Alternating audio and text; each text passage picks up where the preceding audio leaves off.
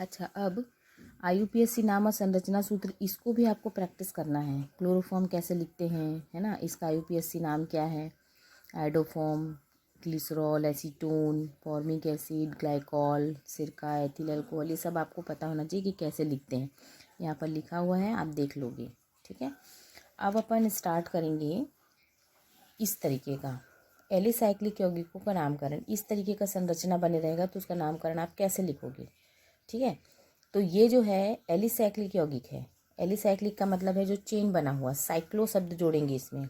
देखो 3 कार्बन है, 1 2 3, 3 कार्बन को ऐसे लिखते हैं। 5 कार्बन है, 1 2 3 4 5, तो इसमें साइक्लो शब्द जुड़ेगा। प्रोपेन मतलब 3 कार्बन के लिए साइक्लो शब्द जुड़ेगा, पेंटेन मतलब 5 कार्बन के लिए। ठीक है, अब इसमें डबल ट्रिपल बॉन्ड भी लगते हैं, जैसे इस एसिड बॉन्ड लग गया तो इसको बोलेंगे साइक्लोप्रोपीन। इन लगा है, डबल बॉन्ड है। साइक्लोपेंटाइन, डबल बॉन्ड है ना। फिर कुछ जुड़ा हुआ है यहाँ पर, जैसे 5 कार्बन में, तो मेथिल बोल देंगे, साइक्लोपेंटेन। 1 नंबर पे, और अब नंबरिंग करना पड़ेगा क्योंकि अलग अलग जगह पे 2 जगह जुड़ गया है, तो अपन इसको बोल देंगे 1 2 3 4 5 6, है ना, सॉरी 1 2 3 4 5।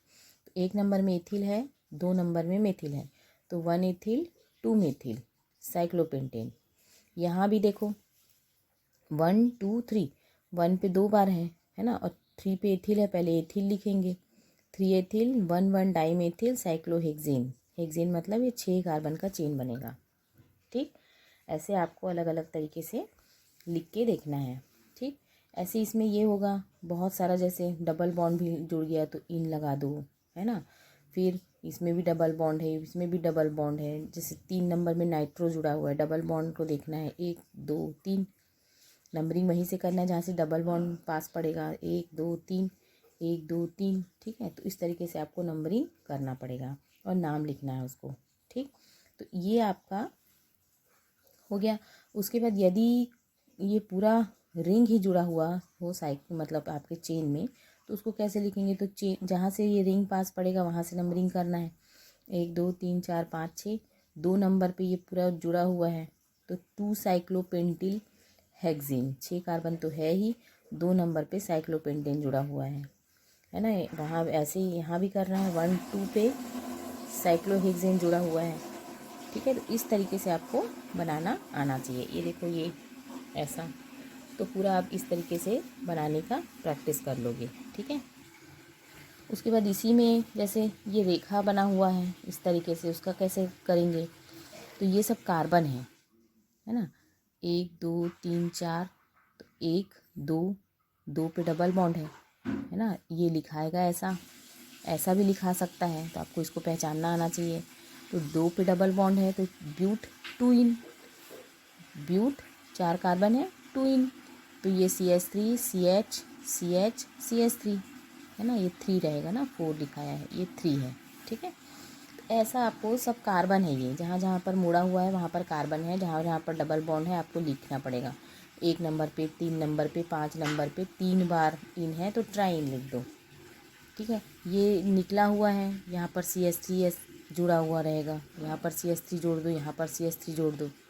ठीक है, यहाँ ये निकला है, यहाँ CH2, एक और CH3, ऐसा जोड़ना है। ठीक है, तो इस तरीके से आपको इसको भी बना बना के देखना है।